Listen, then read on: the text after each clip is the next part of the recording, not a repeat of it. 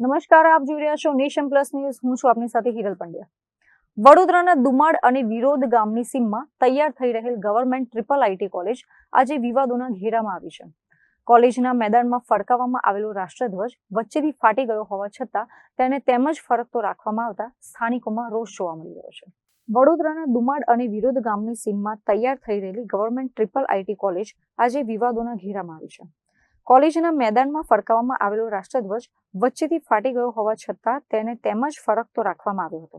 જ્યારે સ્થાનિકોની નજર આ ફાટેલા ધ્વજ પર પડી ત્યારે લોકોમાં ભારે નારાજગી જોવા મળી હતી. દેશના ફ્લેગ કોડ મુજબ ફાટેલો કે ક્ષતિગ્રસ્ત ધ્વજ ફરકાવવો એ કાનૂની ગુનો છે. તેમ છતાં અહીં ખુલ્લેઆમ બેદરકારી દાખવવામાં આવી રહી છે.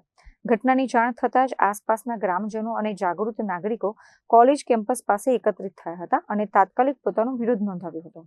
આ વિસ્તાર લાગે છે દુમાડ અને વિરોધની વચ્ચેની જગ્યા છે કે જ્યાં ટ્રિપલ આઈટી કોલેજ બની રહી છે, ગવર્મેન્ટ તરફથી બની રહી છે.